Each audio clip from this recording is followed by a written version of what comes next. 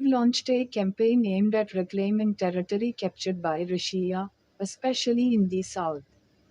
Despite a renewed sense of optimism, little progress has been made and has come at the cost of heavy losses. As Ukrainian forces probe vulnerabilities in Russia's defenses, Moscow is also trying to gain an advantage, and has attempted to advance towards the city of Kupiansk, a city it captured early in the war before being defeated a year ago. Though it is impossible to get an exact picture and real-time coverage of the situation on the ground, CNN has looked at key battles in the final phase of the war. Although Ukraine has fought back in the counter-offensive, it is important to remember that the war did not go according to Russian President Vladimir Putin's wishes. When Russia launched its invasion to Ukraine in February 2022, Russia hopes to invade the entire country and overthrow the government in a matter of days. That goal failed due to a combination of Russian arrogance and stronger than expected Ukrainian resistance.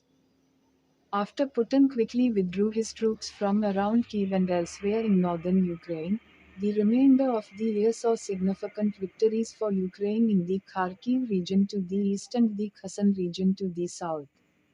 This year was different, with troops from both sides caught in a conflict that progresses slowly and has no clear end in sight. Fighting is currently focused in southern and eastern Ukraine, where Ukrainian forces are struggling to break through defense lines that Russia has had months to prepare. Success means capturing a village, not an entire city. Southern front. In the southern region of Zaporizhzhia, small Ukrainian advances in rural areas were hampered by Russian defenses. Moscow forces have fortified the area with minefields, anti-tank ditches, booby traps and ditches. The area is a key target for Ukraine. Pushing deep into the region along two main counter-attack lines would bring opportunities to destroy Russian land bridges between the annexed Crimea and eastern Donetsk, which has been under Moscow's control since 2014. Ukrainian forces in late August secured the village of Robotyne, a move that brought them closer to being able to use artillery against the strategic center of Tokmak. But there's still a long way to go. Ukraine has managed to retake territory near the frontline city of Novosylka. In June, in the second week of the counter-offensive, they liberated several villages, Neskuchin, Blayadatn and Makarivka. Recently, the region reclaimed several more territories, Staromayorsk and Urozan, but progress has been difficult to achieve. Russian troops have launched a number of counterattacks. Novosylka suffered from shelling wounds for a year and a half. Struggling to combat Russian airstrikes on the city, Kiev has asked Western backers to provide F-16 fighter jets and other air support.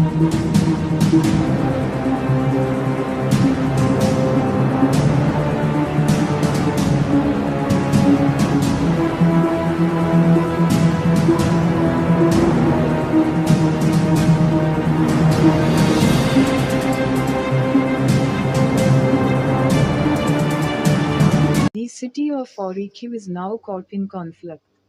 Although remaining under Ukrainian control, the country was hit by Russian airstrikes with frequent half-ton bombs landing sometimes 20 in the space of a few minutes. Kupiansk. Ukraine has been trying to keep Kupiansk in the Kharkiv region. The city fell in the early days of the conflict, then was liberated last September as part of Ukraine's blitzkrieg, but now Russia is trying to take it a second time. In August, Ukraine ordered the evacuation of the city and surrounding area, in what was the largest evacuation in history. Recent months and is a sign of the worsening situation, although many civilians chose to remain. For Ukrainian forces, Kupiansk is strategically important to prevent the Russians from gaining access to the nearby Oskil River, which is easier to cross than further south.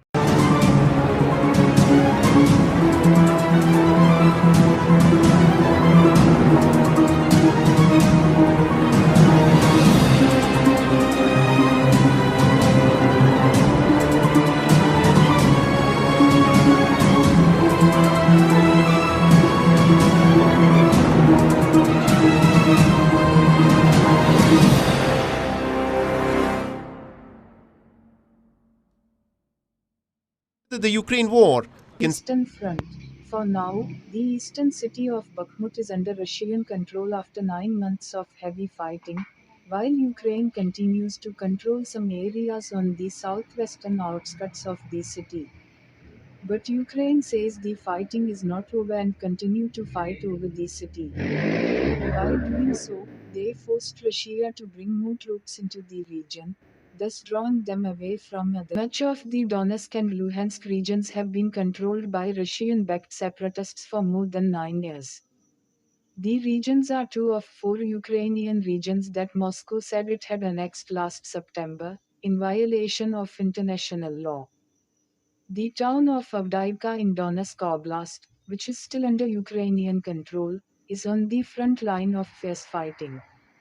The city has been largely destroyed and most of its population has fled. For political and strategic reasons, pressure is mounting on Ukraine to achieve a breakthrough. Kiev will need the strongest possible assistance if peace talks actually take place or if the strong support that Western countries have enjoyed begins to weaken. Even though Russia has been pushed hard since launching its invasion, it still has some advantages. Russia's forces are much larger than Ukraine's, and with Putin isolated by the conflict, he does not need to worry that a long, bitter conflict will cost him allies. Russia may be able to handle the lethargic fighting better than Ukraine.